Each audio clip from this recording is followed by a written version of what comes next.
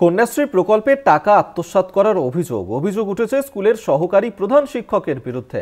মালদহের মানিকচকের এনায়েতপুর উচ্চ বিদ্যালয়ের ঘটনা। মানিকচক থানার দ্বারস্থ হয়েছেন প্রধান শিক্ষক এবং সেই স্কুলেরই সহকারী প্রধান শিক্ষকের বিরুদ্ধে এই অভিযোগ উঠেছে যে কন্যাশ্রী প্রকল্পের টাকা আত্মসাৎ করেছেন তিনি। কন্যাশ্রী প্রকল্পের জন্য যে টাকা বরাদ্দ করা হয় ছাত্রীদের জন্য, সেই টাকা আত্মসাৎ করার অভিযোগ উঠেছে স্কুলেরই সহকারী প্রধান শিক্ষকের বিরুদ্ধে এবং এই ঘটনাকে কেন্দ্র করেই চাঞ্চল্য ছড়িয়েছে মালদহের মানিকচকের এনায়েতপুর উচ্চ বিদ্যালয়ের ঘটনা।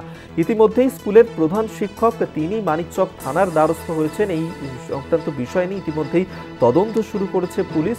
যে অভিযোগ স্কুলের সহকারী প্রধান শিক্ষকের বিরুদ্ধে উঠেছে অত্যন্ত গুরুতর অভিযোগ।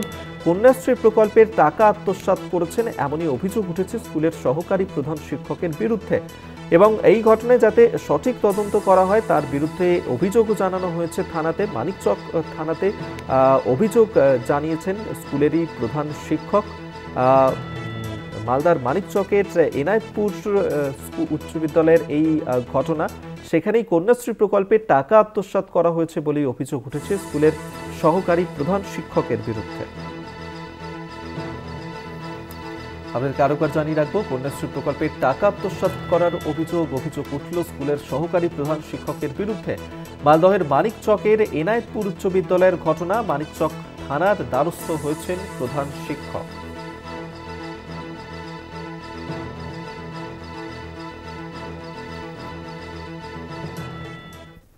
তো আমরা আমাদের বয়স 17 হয়েছিল, তো আমরা স্যারকে বলে স্যার আমাদের চেক করে নিত।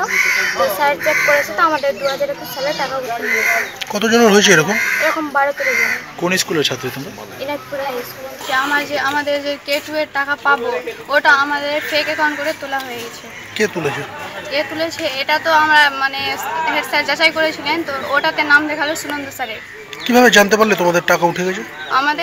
আমাদের যখন বয়স পড়তে যাচ্ছে তো আমরা চেক করার জন্য গেলাম। তো এবার হেড স্যারকে বললাম যে স্যার আমাদের এরকম এবার স্যার যাচাই করে দেখলেন যে আমাদের ফেক অ্যাকাউন্ট করে 2021 সালে টাকা তুলানো হয়ে গেছে।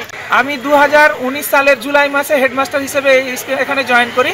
তখন সবে নতুন, আমাদের এই বিষয়গুলো অত জানা ছিল না। আর 20 শুরুতে লকডাউন হয়ে গেল। আমি জয়েন করার আগে সুনন্দ মজুমদার মহাশয় এখানকার অ্যাসিস্ট্যান্ট টিআইসি ছিলেন। আমি জয়েন করার পর উনি অ্যাসিস্ট্যান্ট হেডমাস্টার হন। এখন উনি অ্যাসিস্ট্যান্ট হেডমাস্টার পদে আছেন।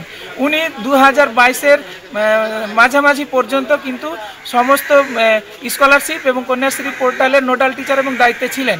এই অনলাইন পোর্টাল থেকে ডাউনলোড করে দেখা যাচ্ছে এই সমস্ত মেয়েদের যে K2 ফর্ম আপলোড করা হয়েছে, সেখানে ডিক্লারেশন ফর্মে সুনন্দ মজুমদার মহাশয় তার অ্যাসিস্ট্যান্ট হেডমাস্টার সিল দিয়ে সই করেছেন।